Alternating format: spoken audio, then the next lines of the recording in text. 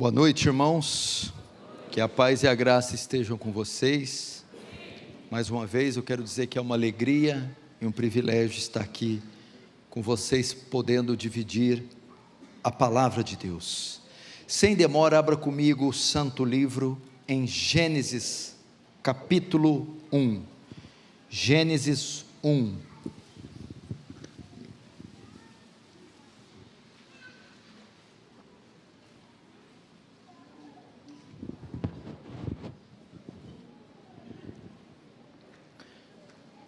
Verso 26, diz assim: Também disse Deus: façamos o homem à nossa imagem, conforme a nossa semelhança. Mais uma vez, façamos o homem à nossa imagem, conforme a nossa semelhança. Até aí, feche os olhos para mais uma oração.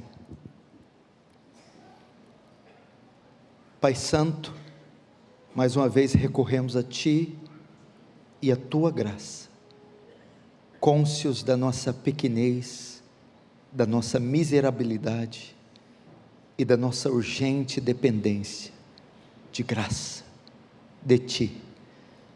Deus, em um tempo de tanta retórica, palestras, manifesta Seu poder aqui, Senhor,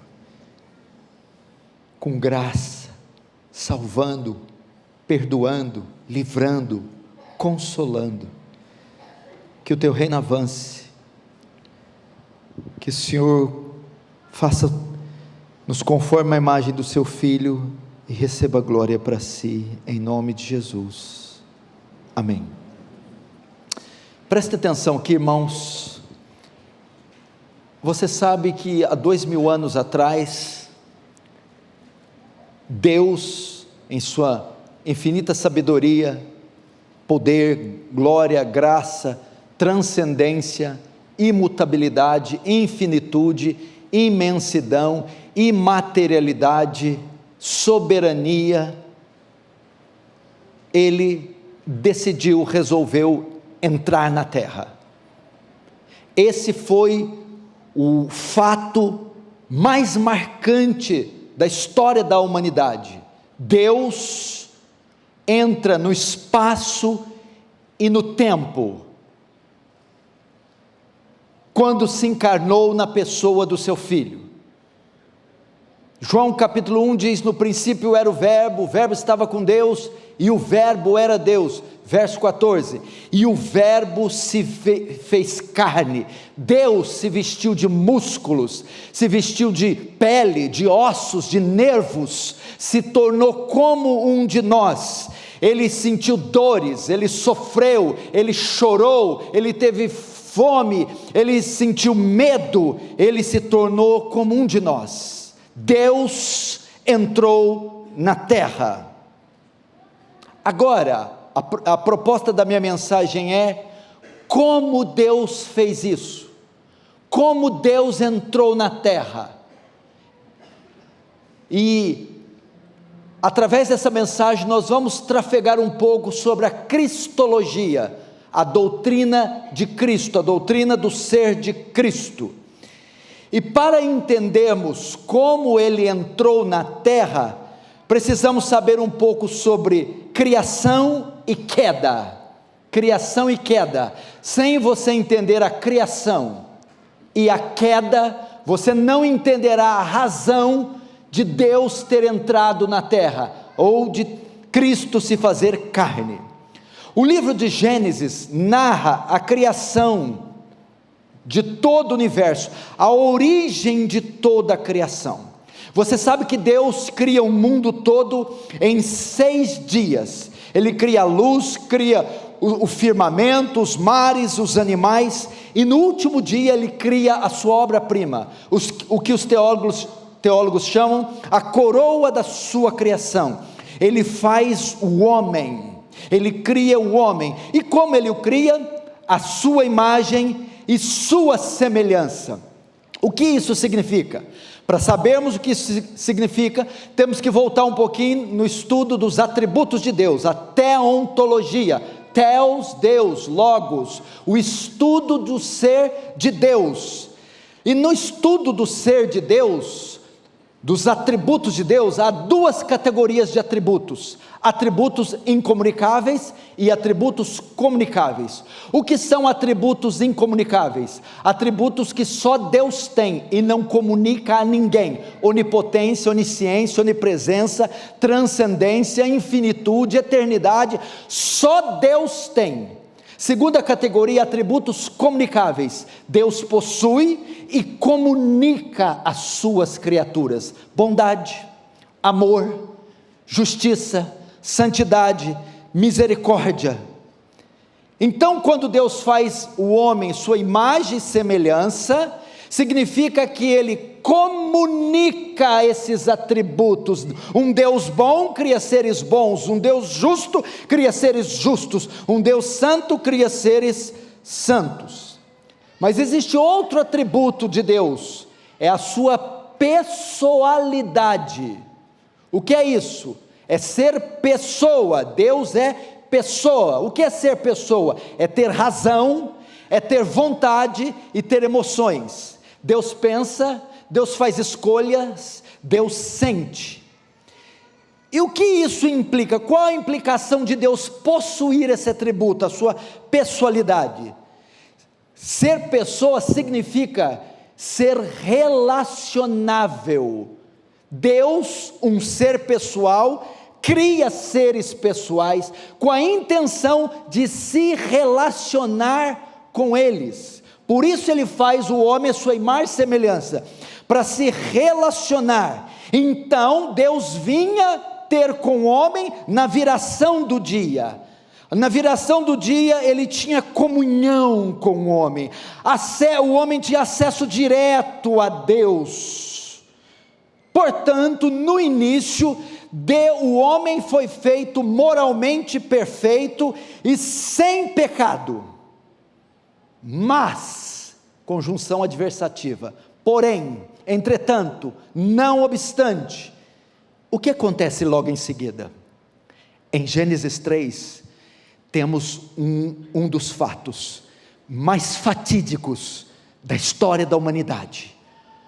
Ocorre a queda. Deus estabelece uma única lei no Éden e pede para ela ser obedecida. O homem o que faz? Desobedece. Tentado pela serpente, a mulher come do fruto, dá ao marido e nasce o pecado, e os olhos dele se abrem. O que ocorre? Nesse momento, essa imagem de Deus no homem, em latim imago Dei, ela é deformada. Essa imagem de Deus no homem é deformada. Uma ilustração: imagine um homem com uma motocicleta Big Trail, andando a 180 km na Marginal Pinheiros. Ele esbarra em um buraco ou em algum obstáculo, ele cai e se arrasta pelo chão por 200 metros, com o rosto sem capacete e todo o peito.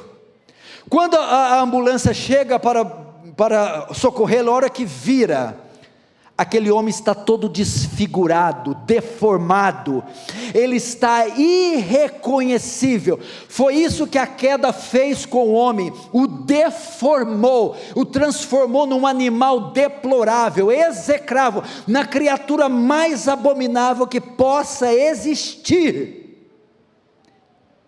E toda a criação foi junto, sofreu as consequências da queda. Primeiro, a maldição lançada sobre a serpente: maldita será entre os animais do campo. Segundo, a maldição foi lançada sobre a mulher: com dores darás a luz aos teus filhos, e o seu desejo será para o seu marido. Terceiro, a terra sofre com o pecado. A terceira maldição é lançada sobre a terra: cardos e abrolhos ela produzirá. E a quarta, a pior de todas, é lançada sobre o homem: a morte espiritual.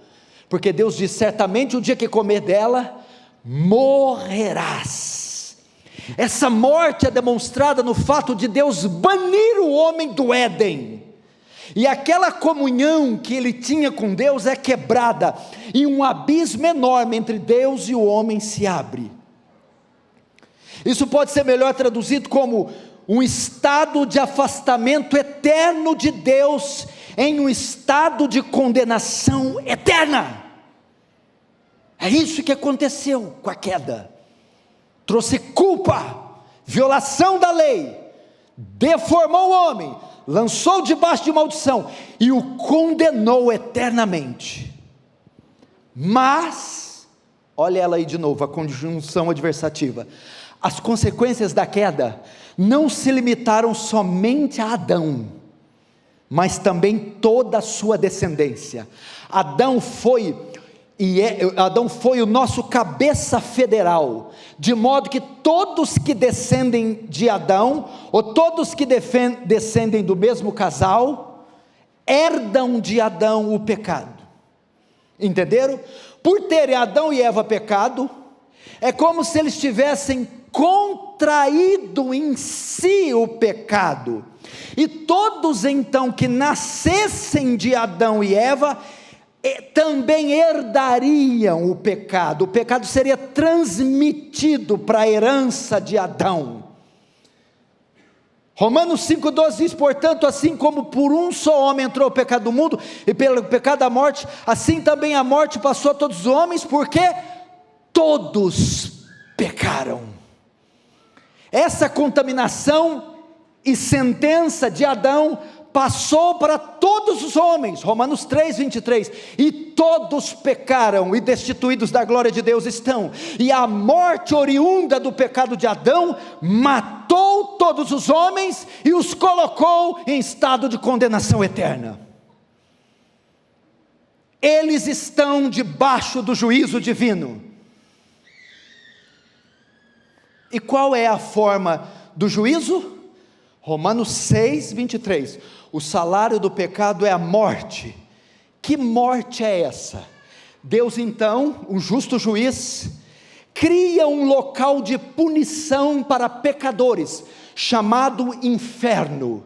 Existem 4 palavras para inferno: Sheol, que é mundo dos mortos, Sheol, Hades, Guiena e Tártaros.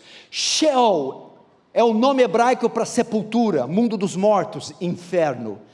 Hades é a transliteração grega do hebraico, Sheol, que quer dizer também sepultura, que quer dizer também inferno, ou estado intermediário onde estão os pecadores que morreram sem Cristo. Tártaro só ocorre uma vez na Bíblia, está nas cartas de Pedro, é o abismo onde estão aprisionados demônios, que só serão soltos na grande tribulação. E a palavra que mais resume, define o que é o inferno, é o Guiena, usada por Jesus. O que é Guiena? É um composto de 2 palavras, Guerinom, vale de Rinom. Por que Jesus usou Guiena, ou Guerinom, vale de Rinom, para se referir ao inferno? No Antigo Testamento, o vale de Rinom era um vale onde o perverso rei Manassés sacrificou seus filhos ao deus pagão Moloque, queimando-os vivos. No tempo de Jeremias era chamado Vale da Matança, e na época de Jesus, o Guiena era o lixão da cidade de Jerusalém. Muito lixo era atirado lá. E qual era a forma de acabar com o lixo? Semelhante aos dias de hoje, tinha que incinerar o lixo, tacar fogo. E o que tinha entre o lixo? Tinha comida, madeira, restos orgânicos, e tinha também cadáveres de animais, pedaços de cadáveres humanos, e cadáveres humanos comidos de bicho. Como a quantidade de lixo que o lixão de Jerusalém recebia era muito grande, não dava tempo do fogo apagar. Por isso Jesus disse, o inferno é o Guiena, onde o fogo não se apaga, a ferida não cicatriza, e o verme não morre. É para lá que irão os pecadores. É isso que aconteceu com os homens, em razão da queda, e esse é seu estado. Romanos 1,18, a ira de Deus se revela contra toda a impiedade e perversão dos homens, que detém a justiça, que detém a verdade pela injustiça. Esse é o estado dos homens. Preguei sobre isso ontem em nossa igreja. Apocalipse 20, 11 em diante. O juízo final. Esse é o estado dos homens. Entretanto, outra conjunção adversativa. Mas, esse Deus, eu estou pregando como Deus entrou na terra. Entretanto, esse Deus que é justiça, que ao culpado não tem por inocente, também é misericórdia, também é graça, também é amor. E no seu amor ele cria um plano de salvação. Na sua misericórdia, Deus deseja livrar os homens desse estado, e para isso ele intenta um plano. Nesse sentido, a única maneira desse plano ser executado era através do seu Filho. Somente o seu Filho Jesus poderia nos salvar. Então Deus dá uma missão ao seu Filho e diz: Filho, se essa geração de pecadores, se esse lote de pecadores for salvos, só pode ser salvos por você. Mas para eles serem salvos, você terá que descer à terra, terá que deixar o céu, sua glória e majestade, e ir até a terra, a fim de salvá-los. Ok, pai, tudo bem. Entretanto, para o plano ser eficaz, meu filho, só descer não é suficiente. Como? E sim, o como descer. Filho, você terá que descer como um homem, você terá que se fazer como um deles, você terá que se tornar carne. Mas não acabou não. Só que para se fazer homem, ele não poderia simplesmente: tudo bem, pai, me transforme num homem, então me transforme num homem e eu desço. Não, ele teria, para se fazer homem, para entrar na terra, se sujeitar a todos os processos naturais, que nós nos sujeitamos para vir à vida. Ele teria que nascer de uma mulher, ele teria que ser gestado em uma barriga 9 meses, Gênesis 3,15, porém inimizade entre ti e a mulher, entre a tua descendência e o teu descendente. Gênesis 3,15, nós temos o proto-evangelho, a promessa da redenção. Gênesis 3, temos a queda. No verso 15, Deus mostra parte do seu plano, enviar seu filho, como? Da semente de Eva, ou seja, Jesus teria que vir da semente de uma mulher, teria que nascer. Para o plano dar certo, o divino teria que se tornar humano. Você acha que é pouca coisa a nossa fé? Abre o Alcorão aí, abre o Evangelho de Allan Kardec, bota qualquer historinha dessa aí para ver se pega com o que eu estou falando. Jesus teria que se tornar humano. Agora, Pedro fala para sabermos responder a razão da nossa fé. Por quê? Que o divino teria que se tornar humano. Por quê? Jesus teria que nascer. Primeiro, para obedecer a Deus de forma representativa, para que ele obedecesse a Deus no nosso lugar, a obediência representativa, ele obedece, cumpre a lei, cumpre a justiça de Deus, e nos dá ela, ele nos representa. Ninguém aqui pode cumprir a lei, ninguém aqui pode, porque a Bíblia diz: quem desprezar um tio ou um jota da lei, será chamado mínimo. Jesus vem para obedecer toda a lei, sem transgredir uma vez só. Espera aí, você ainda não está entendendo, né? Vou te explicar, por que ele teve que nascer. Veja só, não é inocência que te leva para o céu, não.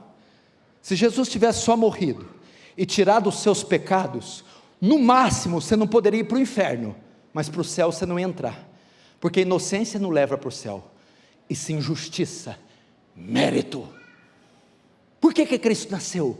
Porque Ele obedece toda a lei, e recebe o mérito por isso, se torna justo, e ao nascer e se fazer carne, pega este mérito e coloca na nossa conta, doutrina da imputação. Na cruz, Jesus imputa a sua justiça, seus méritos em nós. Então eu entro no céu, não com a minha justiça, mas com a justiça de Cristo. Isso só foi possível no seu nascimento, em ser nosso representante. Segundo, por que Jesus teve que nascer? Para ser um sacrifício substitutivo. Escute, se justiça te coloca no céu, pecado te coloca no inferno. Se todos pecarem, o salário do pecado é a morte, todos então teriam que morrer, teriam que ser condenados. Se Cristo não tivesse sido feito homem, Ele não poderia ter morrido em nosso lugar, e assim pagar a penalidade dos nossos pecados. Então o que acontece na cruz?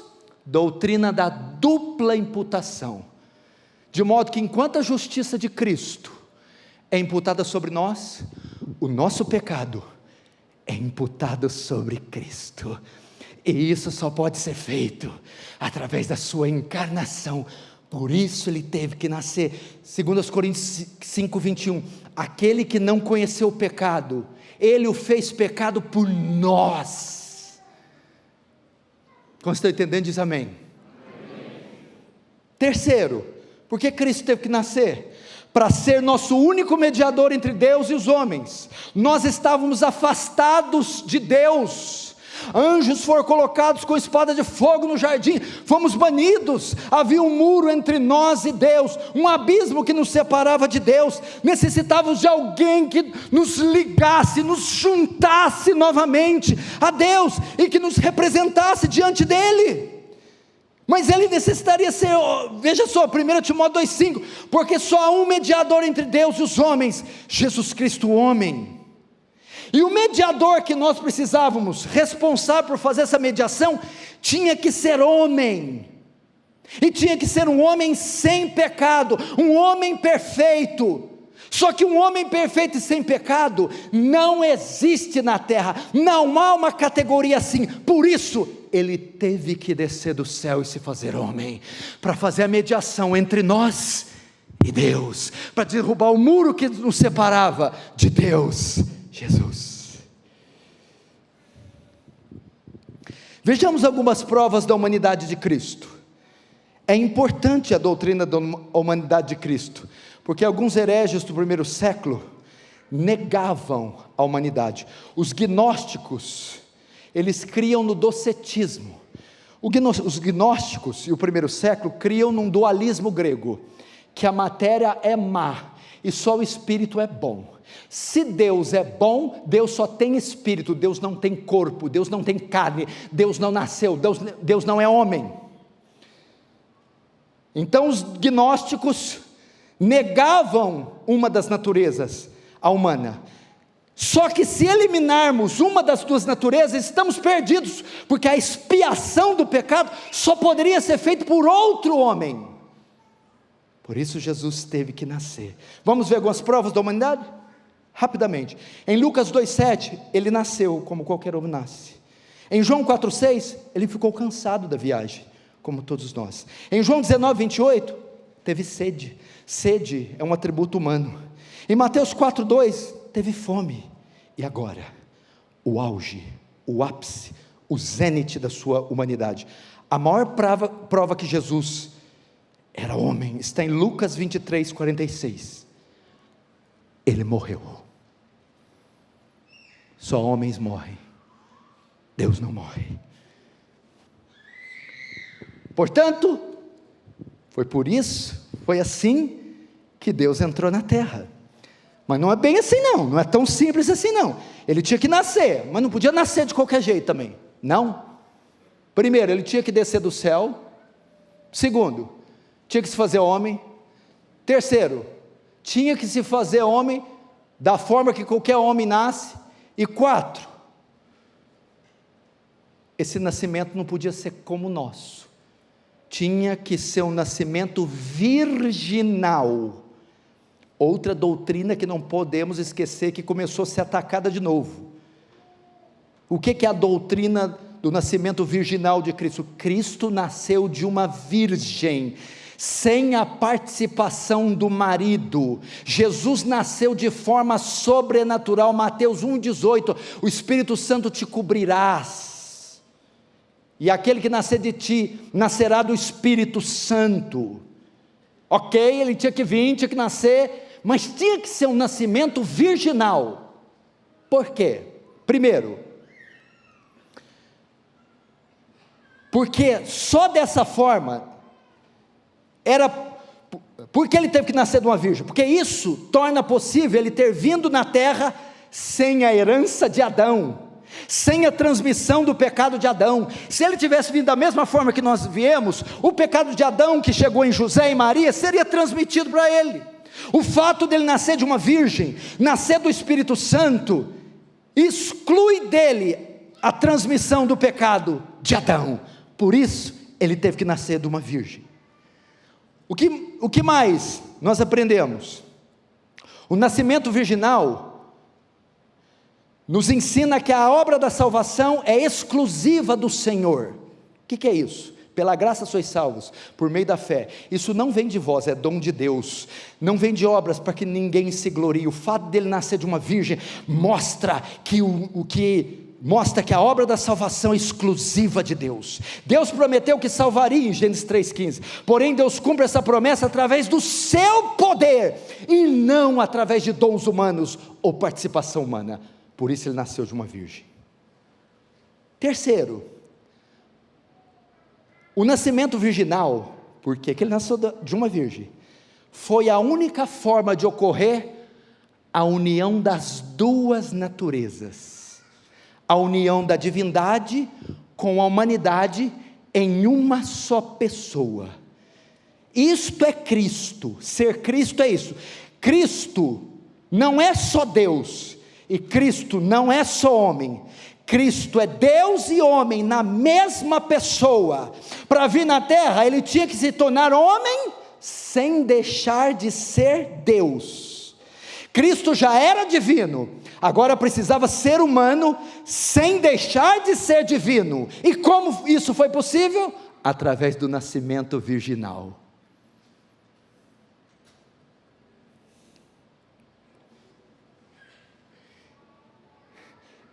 E é isso, veja só, é isso que o Concílio de Calcedônia, veja só, a primeira batalha teológica nos primeiros séculos foi cristologia. Calcedônia resolve isso no século IV a.C., na chamada união hipostática. O que é isso? As duas naturezas, 100% humana e 100% divina, coexistem juntas, na mesma pessoa, sem se misturar. União hipostática. Isso é Cristo. Por que é importante trazer novamente a doutrina da união das duas naturezas? Porque no primeiro século os docetistas criam que Jesus é só divino e não humano, heresia. Depois vieram os arianos, de um clérigo chamado Ário, que ensinava Jesus é só humano e não divino, heresia.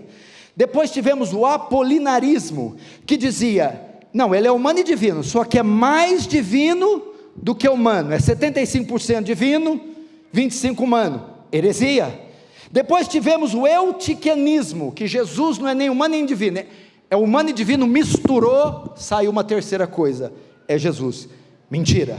Concílio de Calcedônia, século V a.C., definem isso como união hipostática. As duas naturezas, divina e humana, coexistem juntas, sem se misturar. Você quer ver a prova disso? Na Bíblia, em um só versículo, em Marcos capítulo 5, Jesus está viajando de barco com os discípulos. De tão cansado que está, dorme, humano. Quando os discípulos acordam, repreende a tempestade, divino. Humano está cansado, divino diz, mar, cala-te. Esse é Jesus. Vamos ver as provas da divindade de Jesus? A palavra grega, theos, ela é atribuída a Deus, ok? No grego, Theos é Deus. Mas em João 1:3, a palavra Theos, que é uma palavra atribuída só a Deus, também é atribuída a Cristo. No princípio era o verbo estava com Deus, e o verbo era Theos, Deus.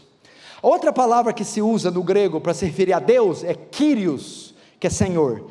Essa palavra também é atribuída a Cristo. Lucas 2:11, pois na cidade de Davi vos nasceu hoje o Salvador, que é Cristo, o Kyrios, Senhor.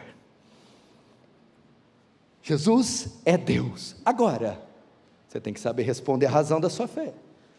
Por que Jesus também, por que era necessária a divindade de Cristo? Veja só, porque só a humanidade não era suficiente. Só alguém que fosse um Deus infinito poderia arcar com a penalidade de todos os pecadores, de todos os que crescem. Só um Deus poderia fazer isso. Um homem não podia pagar essa penalidade. Naquela cruz, a ira de Deus foi despejada sobre Jesus, e um homem só não suportaria receber toda a ira e ressuscitar no terceiro dia. Por isso, aquele que morreu na cruz foi homem, mas também foi Deus, porque ele, como homem, morreu, como Deus, ressuscitou no terceiro dia. Por que era necessária a divindade de Cristo? Porque em Jonas 2:9 diz que a salvação vem de Deus, só Deus pode salvar, por isso Cristo era Deus. Estou terminando já. Não fique nervoso e não olhe no relógio. Mas não teve só isso não. Ele teve que, para salvar, ele teve que descer do céu. Para salvar, ele teve que descer do céu e se fazer homem. Para salvar, teve que descer do céu e se fazer homem, mas dos meios naturais como o homem vem.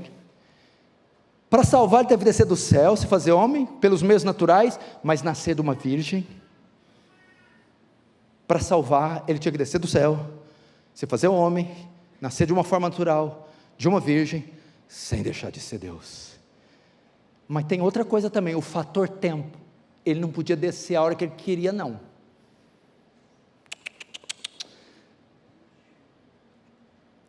Você já se perguntou, por que Jesus não veio logo após Adão ter pecado? Vinha ali em Noé, em Gênesis 6, evitava muito problema, né? Ou no máximo Abraão, tá bom, pecou, Isaac, foi, tá bom, Abraão, Jesus voltou. Por que ele teve que esperar 4.000 anos? Podia ser Abraão, Isaac, Jacó e Jesus. Olha que beleza, nem ia ter Pinheiros, Arival, já tinha livrado tudo isso aqui. Porque ele demorou 4.000 anos, escute isso aqui, por que demoraram 4.000 anos para o verbo se fazer carne? Por que ele não nasceu semana passada? Por que não foi um século após a queda? Por que não foi 1.000 anos atrás em vez de 2.000? Por que não foi daqui 500? Presta atenção, Gálatas 4:4 responde, vindo porém a plenitude do tempo, Deus enviou seu Filho, nascido de mulher, nascido sobre a lei, para resgatar os que estavam sobre a lei, a fim de que recebêssemos a adoção de filho. Vindo porém a plenitude do tempo, esse texto mostra que Cristo veio ao mundo, que Ele se encarnou no tempo exato, não poderia ser nem antes e nem depois de 2.000 anos atrás, ele veio no tempo exato. O que é isso? Presta atenção, Deus, ao longo das eras, preparou um tempo e um ambiente propício para o seu nascimento, de modo que a salvação se expandisse e favorecesse todo mundo. No primeiro século, quando Jesus nasceu, a Palestina já havia sido formada. Ok? O que quer dizer isso? A Palestina ligava o Ocidente do Oriente, e todo mundo que ia para o Ocidente, passava pela Palestina. Era o local onde todo mundo tinha que trafegar, de modo que Jesus ter nascido ali, favorecia a salvação, tanto dos judeus, quanto dos gentios que passavam por lá. Então a questão geográfica, Jesus tinha que nascer ali onde ele nasceu, na bacia do Mediterrâneo, porque todo mundo antigo se concentrava ali e passava por ali. Então, para propiciar a salvação para todo mundo, Deus esperou aquele local ser formado e Jesus nascer lá. Segundo, a questão linguística. Deus estava esperando uma língua universal. Não tinha. Deus esperou o quê? Deus esperou o governo greco-macedônio de Alexandre o Grande, que helenizou o mundo. O que é helenizou? Fez a língua universal ser o grego. E o Senhor estava esperando a helenização do mundo. O grego passa a ser língua universal. O que se importa? Alguém sabe em que língua o Novo Testamento foi escrito? No que? No grego? Como é? No que? No grego. Assim, a palavra podia ser escrita e espalhada para todo mundo, porque boa parte do mundo lia grego. As missões, o evangelismo podia acontecer, a palavra de Deus podia ser difundida, porque agora temos uma língua universal. Deus esperou isso, por isso que ele nasceu 2000 anos atrás. Terceiro, o judaísmo. Eles foram cativos da Síria e de lá nunca voltaram. E na Babilônia, 70 anos. Ciro da Pérsia promulga um decreto dispensando os judeus para voltar. Aí acontece a chamada diáspora, dispersão, porque muitos judeus não voltam, mas se espalham pelo mundo. Deus estava esperando enviar judeus para todo mundo. Por quê? Porque eles ajudariam na recepção do evangelho.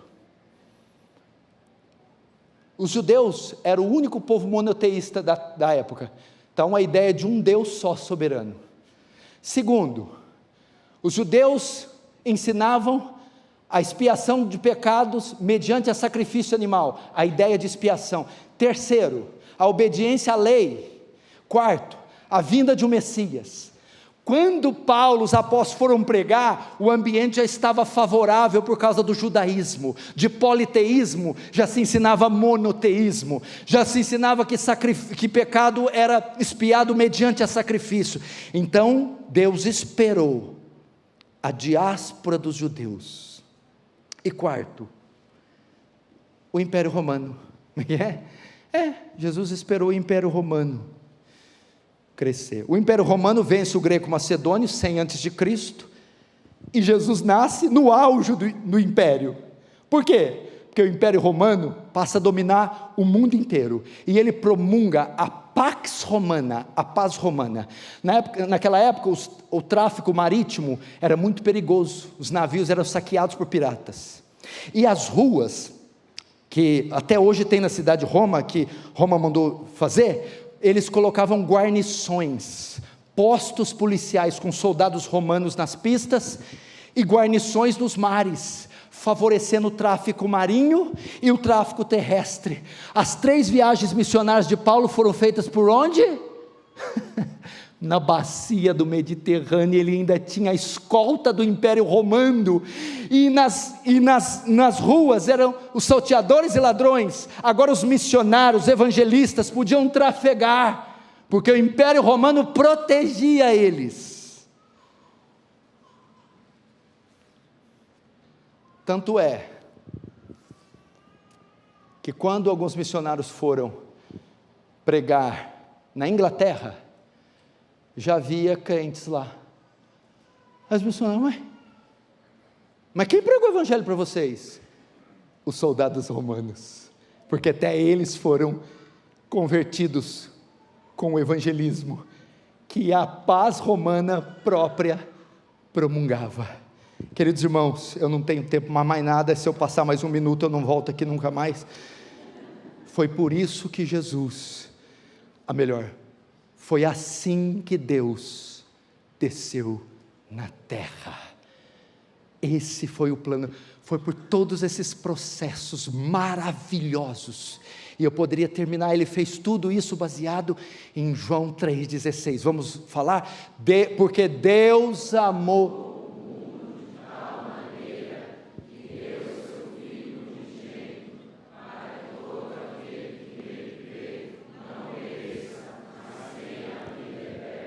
Vamos orar, o louvor já vai vir, fecha os olhos. Querido Deus, obrigado por ter descido, obrigado por ter se sujeitado à encarnação, à morte, todas essas coisas, se fazer pecado e maldição, e aqui estamos hoje, por causa dessa obra espantosa. Que seu nome seja louvado, Senhor, seja exaltado, engrandecido, que nós venhamos nos curvar diante de tão maravilhosa obra, que os seus filhos passem a ter um apreço ainda mais elevado por Ti, no nome do Senhor Jesus, amém. Irmãos, eu trouxe alguns livros, eu vou estar aqui embaixo, se tiver um pouquinho de paciência, eu assino para você lá. Não pede para tirar foto não, irmãos, porque além de demorar muito, pastor popstar é muito, essa bobagem. Se eu mostrasse meus pecados, você ia sair correndo de mim, tá? Deus te abençoe.